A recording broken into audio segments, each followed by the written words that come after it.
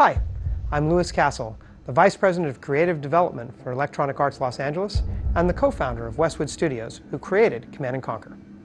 Bringing the real-time strategy genre to consoles has always been a passion of mine.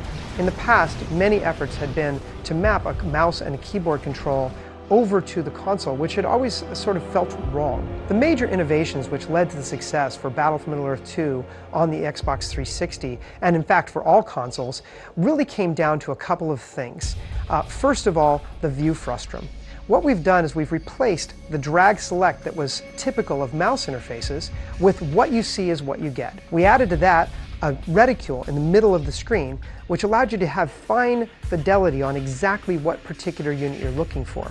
If, for instance, let's say you're looking at a bunch of units on the field and you have archers and soldiers. You could put that reticule on the archers and the system would give you visual feedback. It really makes it very accessible and very easy. You can literally hand it to just about anybody who's ever played a first-person shooter. They can navigate through the world, look at their armies, select their armies, and even sub-select particular types of units from within their armies. Building from the success of Battle for Middle-earth 2 on the 360, the C&C3 Tiberium Wars team really wanted to plus up the accessibility. The sticky cursor was a great innovation for Command & Conquer Tiberium Wars. What this allows the player to do is to look close to a unit that's on the screen, especially a fast-moving unit, and the cursor snaps onto it and holds onto it, allowing the player to give commands to that unit even if they're moving rapidly or erratically across the screen. The D-pad shortcuts also added a great deal of accessibility and flexibility for the player.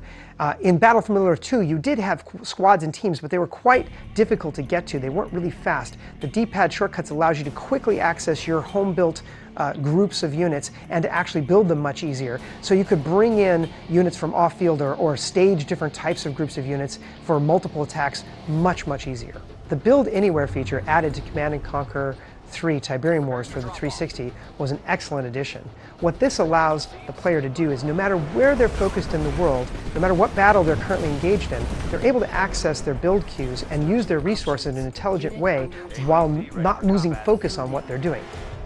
For Kane's Wrath on the Xbox 360, we were able to bring together all of the learning that we had created over the last few years making 360 RTS games. We were able to add something that was really amazing. The team came up with this great idea for a command stick interface, which is a radial interface right around that reticule. So it builds upon the idea that you're looking at the world, you're focused on that unit, and now when you bring up the command stick, you're able to quickly see what all your commands are and quickly pick one of them the same way you might a particular position on a clock.